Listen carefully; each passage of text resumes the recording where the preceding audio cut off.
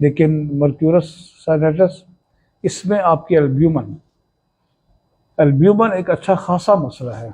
आप देखेंगे कि एल्ब्यूमन जिसको हो वो बड़े परेशानी में होते हैं। अक्सर बच्चों को एल्ब्यूमन आ रही होती है पेशाब में, जिसको प्रोटीन भी हम कहते हैं।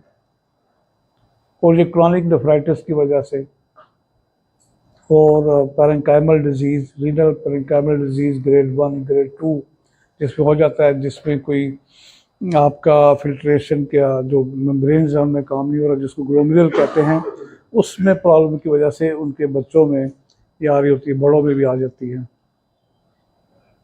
तो ये एकदम ठीक नहीं होती।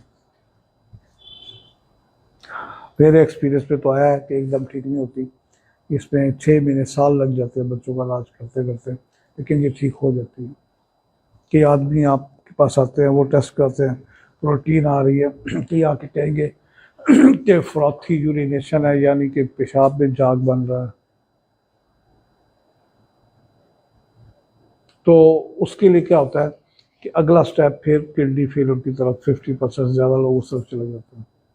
अगर आप इलाज नहीं कराएंगे तो आप देखिए थोड़े अर्से बाद उनके चेहरे पे सूजन शुरू हो जाएगी, पाँव पे सूजन शुरू हो जाएगी, जिसको पिट स्वेलिंग कहते हैं। दबाने पे गड़ा बनता है, सुबह उठने पे चेहरे पे आंखों के स्वेलिंग होगी, तो वो प्रोटीन की वजह से भी होती है मैक्सिमम। मेरे पास कितने ही बच्चे आए, माँ बाप को उस चीज़ का अंदाज़ा नहीं होता, साथ छोटा बच्चा आया, माँ अपनी दवाई लेने आई है, लेकिन बच्चे के चेहरे पे सूजन है, बच्चे की आंखों पे सूजन है। मैं उससे पूछा कि जब ये सुबह के टाइम होती है, उसने कहा ये तो होती है। मैंने कहा इसका इलाज करा, ये तो अलामत ठीक नहीं है।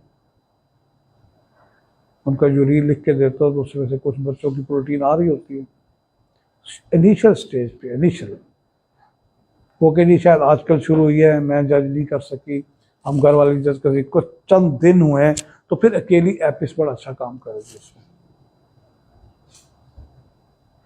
वरना अगर क्रॉनिक हो जाए, साल 2 साल हो जाए, तो फिर उसके इलाज भी 6 महीने साल कम अज़ कम पीरियड है। हो जाते हैं ठीक, किडनी फेलियर से बच जाते हैं, ठीक हो जाते हैं। तो उसमें जो है मर्क्यूरस साइनेट्स ये दवाई बनती है। इसके अलावा क्योंकि ये मुश्किल है, ये एलोपैथिक में इसका इलाज क्या है, स्टेरॉइड। बार बार स्टेरॉइड देने पड़ते हैं, स्टेरॉइड कम करने पड़ते हैं, छोड़ने पड़ते हैं, फिर देने पड़ते हैं, बायोप्सी करनी पड़ती है।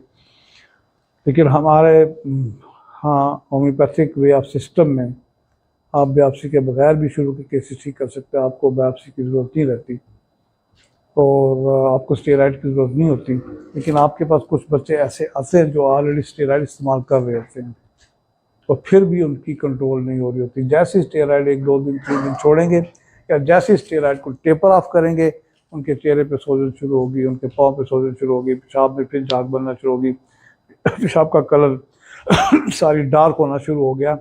वो इससे बड़ा तंग होता है कि दोबारा ये चीज़ शुरू हो जाती है। ये आप इसमें दें, मर्क्यूरस साइनेटस भी चलती है, इसकी दवाई बनती है। इसके अलावा एपिस, एक मेरी 3 दवाइयों का है ग्रुप, वो मैं सुबह दोपहर शाम चलाता हूँ, कोई बड़ा कामयाब होता है, जैसे एपिस, नेट्रोबियल, लाइकोपोडियम। ये आप दें। इसमें आप देखें, आप ये ना समझें कि इसमें 15 दिन या महीने में फ़र्क डालना है, फ़र्क जरूर डालेगी। 3+ से 2+ प्रोटीन आ सकती है, 4 से 3 पे आ सकती है, लेकिन 1 महीना 2 महीना इसको लगेंगे। लेकिन इसके दरमियान कॉम्प्लिकेशंस आती हैं, इन बच्चों को कॉम्प्लिकेशंस होती है। क्या होंगी, किसी को बार बार रिकरेंट चेस्ट कंजेशन आएगी, यहाँ पे रेटलिंग, हीजिंग शुरू हो जाती है ऐसे बच्चों को, पेशाब में बर्निंग शुरू हो जाएगी, स्कैंटी यूरिनेशन हो जाएगा, पेशाब कम आना शुरू हो जाएगा। तो अगर ऐसी चीज़ आती है, इसके साथ आपको ट्यूबरकुलिनम देनी पड़ेगी। ट्यूबरकुलिनम दें, बेसिलिनम दें, बार बार दें, इन्फ्लुएंजम दें, उनको बार बार नज़र जुकाम ऐसे बच्चों को होता है, उसके सिम्टम है, तो साथ साथ ये भी ठीक होगा और वो भी ठीक हो जाएगी। इसकी कालमिया बड़ी अच्छी दवाई है, वो आपकी फ्रोथी यूरिनेशन के लिए, जिसमें झाग बनती है, उसके लिए काम है। चेलिडोनियम इसमें काम करती है, ओसीमम कैन इसमें काम करती है, बड़ा अच्छा रिजल्ट आपको देगी। क्योंकि ये ऐसा मसला है कि तकरीबन बहुत सारे बच्चों का ये मसला है।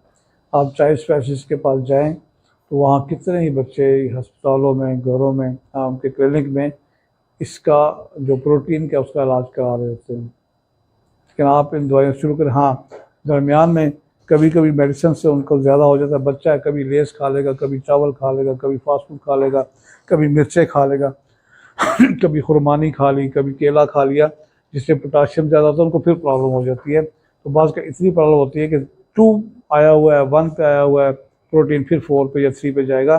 तो उसके दरमियान अगर आपको दोबारा एक दफ़ा 8-10 दिन के लिए स्टेरॉइड खिलाना पड़े तो उन्हें कि जी पिछली दवाई जो आप खिला रहे थे चाहे डॉक्टर के मशवरे से वो शुरू कर दें।